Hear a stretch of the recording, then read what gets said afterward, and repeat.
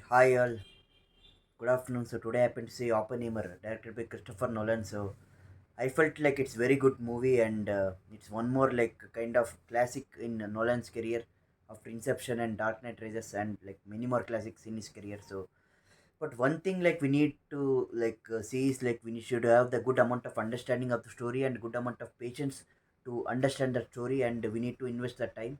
And the thing is that 3 or 10 minutes is like too much of time for a movie. And apart from that one is that one like in inox, if you see like you'll put ads before starting of the movie, some 15 minutes in interval, some 15 minutes ads. So it almost takes up to 4 hours. So we should invest our time 4 hours, and we need to be patient and we need to understand. So coming to the story, if you see in this I mean Nolan, like how he portrayed Oppenheimer's character is that he will be like greatest scientist and the greatest physicist, and like he'll be interested in the atomic energies and nuclear chain reactions, nuclear fusion, nuclear fission, and like he'll be working along with his co-scientists Dr. Albert Einstein and Neil Bohr. So I mean, he will be traveling to various universities and he'll be pursuing all the studies there. So that was shown very very well in the first half, and way he he's curious for physics and uh, chemistry and mathematics. So I mean, not mathematics but physics and chemistry and atomic like nuclear reactions and the study in which he's pursuing. So that interest towards the field of the science they have shown very good in the first half. So then like gradually story shifts into the communist mode, and like it even involves the political ambitions of Oppenheimer, and like how he tries to save means how he tries to save from Jews, and like he will build a small town, and like there will be like conducting all the studies, all the what do you call as nuclear tests. So that will be like portrayed very very well, and that whatever the setup they have done uh, to perform that nuclear tests, nuclear fusion, nuclear fission reactors. So that and all like they portrayed very well one small town they'll build, and so that is like very very good.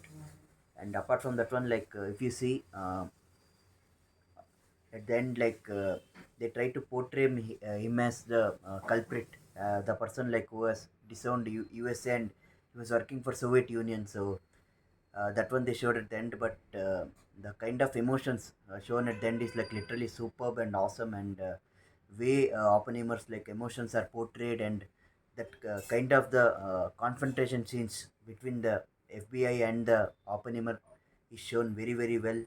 And FBI tries to disown this person, and they will try to question him like what is his involvement in atomic energy, and what is his plan behind this one, like how and all he has involved. So those things they portrayed very well, and then how John F. Kennedy then saves uh, Oppenheimer, and there the story ends. And one scene I must tell you in the second half, so where like they'll be waiting for that test, nuclear test which they're conducting that small town to be successful. So that countdown they'll put like 10, 9, 8, 7, 6, 5, 4, 3, 2, 1. Oh my god, that scene is like awesome, and there we'll get to know the class of the Christopher Nolan. So that's like a gem of a scene. And then after effect, in Hiroshima and Nagasaki, the bombing, that incident also has been portrayed very well. Like when America bombs Hiroshima and Nagasaki, and that incident shown very very well, and Oppenheimer he will feel sad because of his atomic bombing test. So many of the people, innocent Japanese lives have been gone. So that portrayal also has been shown very well, and overall I would say that this is one of the very very good movies, and little like way they shown each of the scenes and way they shown each of the dramatization is superb, and literally I loved it. So only the flip side is we should I mean the length is very much more like 3 or 10 minutes, and we should be constantly on our toes like to understand the story what is happening. Like if you take start from Oppenheimer's scientific journey and his love towards physics, and various kind of the quantum models and quantum realms, and if you take like nuclear reaction, nuclear fusion, fission, so all those things they shown very well. and then slowly the story moves to the political ambition.